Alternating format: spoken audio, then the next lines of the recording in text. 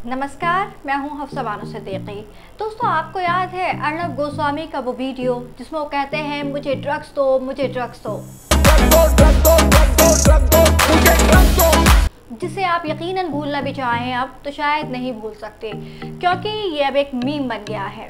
दरअसल इस तरीके से रिया चक्रवर्ती, जो सुशांत सिंह राजपूत की गर्लफ्रेंड थी जब वो जिंदा थे, उन्हें महज 100 ग्राम ड्रग्स पर किस तरह से परेशान किया गया, टॉर्चर किया गया था, फिर मीडिया के ज़बरदस्त प्रेशर के बाद गिरफ्तार भी किया गया। साथ ही साथ उनके पूरी परिवार पर किस तरह से अत्याचार हुए।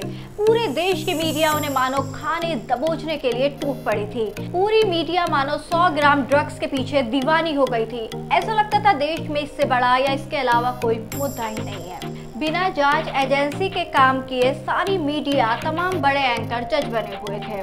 दोस्तों, आपको ये बातें इसलिए बताई जा रही हैं कि आप तुलना कर सकें, आप कंपेयर करें, क्योंकि फिलहाल भारत से 100 ग्राम नहीं बल्कि 3000 किलोग्राम ड्रग्स बरामद हुई है, जिसकी कीमत 21,000 करोड़ है। ये गुजरात के कंच के मुद्रा बंदरगाह में बड़ी मात्रा में पकड़ी गई, जिसके बाद तकरीबन आधा दर्जन लोगों को गिरफ्तार भी किया गया। एजेंसी ने भी बताया कि यह हेरोइन अफगानिस्तान से भेजी गई है। इस मामले में एक अनजान दंपति शामिल है और कई अफगान नेशनल भी। लेकिन दोस्तों, क्या होता है, आप देखिए, पिछले एक हफ्ते में 2 बड़ी खबरें सामने आती हैं। उसके बाद उस खबर को बड़े ही रहस्यमय तरीके से टर्न ट्विस्ट करके, चालाकी से घुमा फिरा के छिपाने की कोशिश की जाती है। अगर आप इंटरनेट पर भी सर्च करेंगे तो आपको खबर मिलेगी कुछ चंद लाइन में, जैसे अडानी ग्रुप से 21,000 करोड़ की ड्रग्स बरामद हुई है और बस सिमट जाएगी। इसकी तह, इसके तमाम पहलू, कौन लोग शामिल हैं, कहां से आई है इतनी ड्रग्स, सब गायब। अफसोस की बात, हमारे देश में जहां हजारों लाखों पत्रकार हैं, सोशल मीडिया है, दुनिया की सबसे बड़े लोकतंत्र में हमारा शुमार है, लेकिन जब भी और जहां भी बात सत्ता पक्ष की आती है, उससे जुड़े लोगों की, वहां खबर को दबाने की कोशिश की जाती है।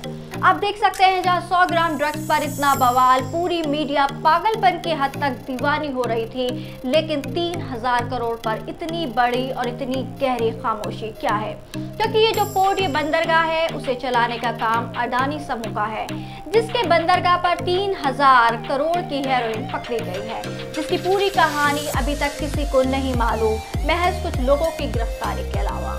अब यहाँ बड़े बड़े और भी गंभीर सवाल हो रहे हैं कि मान भी लेते हैं कि इस तरह से उन्होंने अपना स्टेटमेंट जारी किया है, उनका बयान आया है कि ये कंटेनर कहाँ से आए, उन्हें चेक कर सकते हैं और स्कैन कर सकते हैं, ये हमारी जिम्मेदारी नहीं है।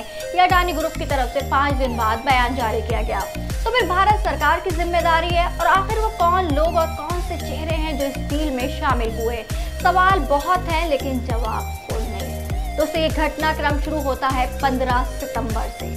गुजरात के तट के पास से एक ईरानी नौका समुद्र में देखी जाती है, जुम्मा जिसका नामक इस नौका बड़ी नाव में 7 लोग ड्रग्स की तस्करी करते हुए गुजरात के एटीएस और तटरक्षक द्वारा चलाए गए संयुक्त अभियान में पकड़े जाते हैं। 20 समुद्र में 30 किलोग्राम हेरोइन की खेप को पकड़ा जाता है और बोट और 7 तस्करों को भी गिरफ्तार कर लिया जाता है।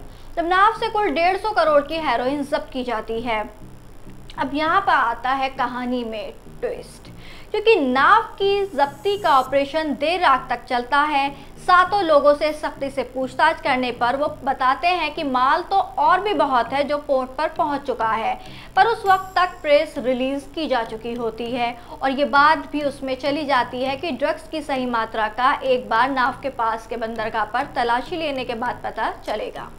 तटरक्षकों को भी लगता है कि बहुत ज़्यादा माल नहीं होगा, लेकिन जब अगली सुनवाई पर पता चलती है कि नाव से पकड़ा गया माल मुद्रा पोर्ट पर रखे गए माल का केवल 1% है और पोर्ट पर रखा हुआ माल का पैकेज 3000 किलो है, जिसकी कीमत 21,000 करोड़ है, तो सब हैरान रह जाते हैं। क्योंकि प्रेस में बता चुके थे और माल पकड़ा जाना है, इसीलिए खुलासा करना ही पड़ता कि माल अडानी के निजी पोर्ट के मुद्रा से पकड़ लिया गया है। जब पुलिस जांच होती है तो पता चलता है कि माल दिल्ली की तरफ जाने वाला था। ये भी मालूम होता है कि जिस ट्रेडिंग कंपनी ने जो आयात किए गए टेलकम पाउडर पैकेज की शक्ल में ये 3 टन माल आया है। वैसे ही 25 टन माल जून में भी आ चुका है। गिरी से गिरी हालत में इस 25 टन तथाकथित टैल्कम पाउडर का मूल्य 72,000 करोड़ होना चाहिए। दरअसल यहाँ आपको बता दें कि इससे पहले भी जुलाई 2021 के पहले हफ्ते में दिल्ली पुलिस की स्पेशल सेल ने 25,000 करोड़ रुपए की 350 किलो हेरोइन जब्त की थी, जो ड्रग्स अफगानिस्तान से आई थी। उन्हें छिपे हुए कंटेनरों में समुद्र के रास्ते मुंबई से दिल्ली ले जाया गया था। इससे पहले मई महीने में भी दिल्ली पुलिस ने हेरोइन की बड़ी खेप बरामद की थी, जिसमें करीब 125 किलो हेरोइन के साथ 2 अफगानिस्तान नागरिकों को गिरफ्तार किया गया था। बड़ी बात यह है कि जिस आशी ट्रेडर्स के आयात निर्यात के लाइसेंस पर यह माल मंगवाया जा रहा था, उनके मालिक पति पत्नी की तो कोई हैसियत ही नहीं है कि वो इतनी बड़ी डील का फैसला कर लें, उसकी हिम्मत भी करें। तो यानी ये पूरा ड्रग कार्टेल है जो ये माल मंगा रहा है, डिस्ट्रीब्यूशन कर रहा है। इसके अलावा पुलिस की जुलाई में की गई कार्रवाई से भी ये साफ होता है सिलसिला काफ़ी महीनों से चल रहा है।